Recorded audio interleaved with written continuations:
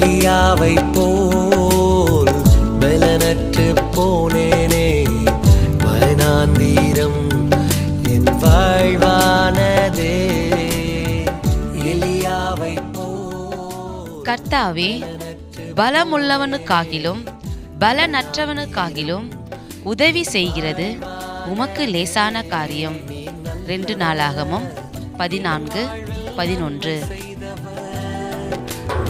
உயர்ந்தவர், என்னை உயர்த்தி அழகு பார்ப்பவர். நீ நல்லவர், என் வாழ்வில் நன்மை செய்தவர். நீ உயர்ந்தவர், என்னை உயர்த்தி அழகு பார்ப்பவர்.